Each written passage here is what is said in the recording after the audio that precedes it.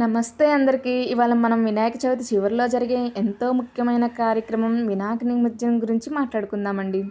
ప్రతి సంవత్సరం మనం ఎంతో ఉత్సాహంగా భక్తి శ్రద్ధలతో గణపయ్యని ఇంటికి ఆహ్వానిస్తాం. పూజలు చేస్తాం. మరి పండగ చివరన జరిగే నిమజ్జనం గురించి ఎవరం మాట్లాడుకోము. సో నిమజ్జనం అంటే ఏంటి? గణపయ్యను ఇంటికి ఆహ్వానించినట్టే చివరి ఆయన్ని భక్తితో పంపించడమే నిమజ్జనం. విగ్రహాన్ని నీటిలో కలిపే ఈ సాంప్రదాయం చాలా రోజులుగా వస్తుంది.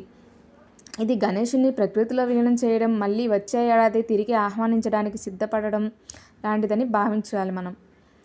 ఎందుకు నిమజ్జనం చేస్తాము? ఈ నిమజ్జనం వెనుక ఒక మంచి భావన ఉందండి. ఈ లోకంలో ఏదీ శాశ్వతం కాదు. ప్రతి వస్తువు తిరిగి తన మూలానికి చేరాలనేదే దీనికి గుర్తు చేస్తుంది. మరో కొత్త ప్రారంభానికి దారి అని కూడా భావించాలి. మన గణపయ్య మళ్ళీ వచ్చే సంవత్సరం రావాలని కోరుకుంటూ ఆయన్ని ప్రేమతో నిమజ్జనం చేస్తాం కదండి. చివరి రోజు గణపతికి ప్రత్యేకంగా హారతి నైవేద్యం ఇచ్చి ఊరేగింపుగా గణపతి బప్ప మోరియా అంటూ విగ్రహాన్ని నదిలో లేదా చెరువులో నిమజ్జనం చేస్తూ ఉంటాము.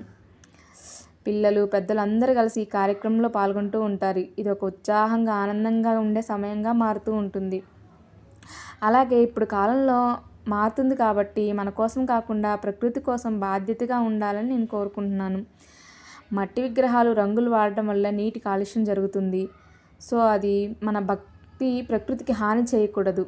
అందుకే ప్రతి ఒక్కరూ ఎకో ఫ్రెండ్లీ గణేష్ని వాడుకోవాలని నేను కోరుకుంటున్నాను.